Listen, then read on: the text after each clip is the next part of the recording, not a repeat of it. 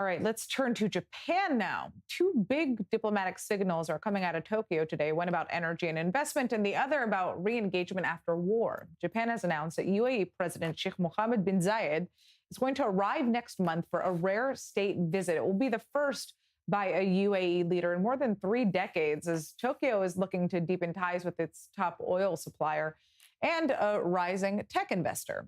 Now, at the same time, Japan is also quietly reopening the door to Syria. They're sending a senior foreign ministry official to Damascus and are pledging renewed economic cooperation for the first time in 15 years. So together, these moves point to a more assertive Japanese role in the Middle East, kind of balancing energy security, emerging markets, and of course, post-conflict reconstruction. For more on this, we are joined by Tal Reshef. He's the East Asia expert and an emerging markets business specialist. So how significant is this UAE state visit for Japan right now? Is this mainly about locking in energy security, or is Tokyo thinking much bigger in terms of tech and also long-term investment ties? Look, I don't see it as something that is going to initiate a grand change, a grand process in the relation between Japan and the UAE or Japan and the Middle East. More, it should be seen as a result of an evolvement that already took place because during the last years, the ties between Japan and the UAE have been strengthening all the time. It got to the point, well, Japan is importing a lot of oil, crude oil from the UAE, and it got to the point that now this is the main supplier of Japan. It supplies more crude oil to Japan than Saudi Arabia, that was the main supplier before that. So as a result of that, since they are in this meaningful and strong relationship, it is really time to have formal meetings and travels from capitals. But on the same time, they're also looking forward for things to strengthen. We need to understand the position of the two countries. The UAE is a country with a lot of petrol, and as a result of that, a lot of money, naturally. Japan, also a rich country, but rich because of production and technology, which is very different. Now, the UAE needs the technology of Japan because the UAE is looking forward and they see already approaching the time that the oil in the wells will dry down. It will happen on a given moment, and they started preparing for this, trying to build alternatives.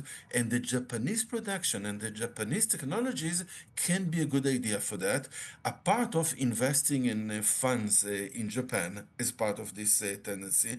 Japan, on their side, they are in competition with China. They are losing markets to China, excuse me, and they need the Gulf money, the UAE money, Right. so it serves both sides. Let's talk a little bit about Syria now. Japan doesn't usually move fast or loudly when it comes to Middle East diplomacy. What is the decision to resume cooperation with Syria? Tell us about how Tokyo is kind of reassessing risk in these post conflict markets.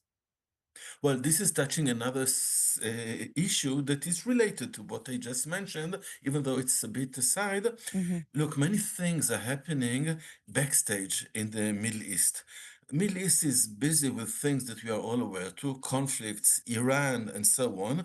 But the powers, the superpowers, they're preparing for the day after, the day that things will be a bit more quiet, and they want to transform the Middle East into a corridor of gas, of petrol, of routes, of railways from the Gulf to the Mediterranean. Now, if you look at the map, it starts from the area of Iraq, United Arab Emirates, Kuwait, and so on, and it ends at Syria. I mean, if they want their railways and their pipes and so on to reach the Mediterranean, they practically they have two options. One of them is Israel, which is problematic. Israel is strong, Israel is promising, Israel is many things, but Israel is in constant conflict with other members and it risks to deteriorate. And they cannot put all the cards on the Israeli side. And having also the option of Syria is a good idea. you can play on both situations. If one of the sides doesn't work well, the other will. And in this case, look at the investment that Japan has put in Syria.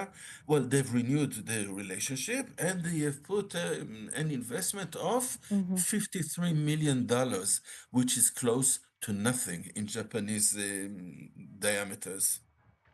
All right. Well, I'd like to thank you so much for joining us, Tal. Very interesting to hear your take on this.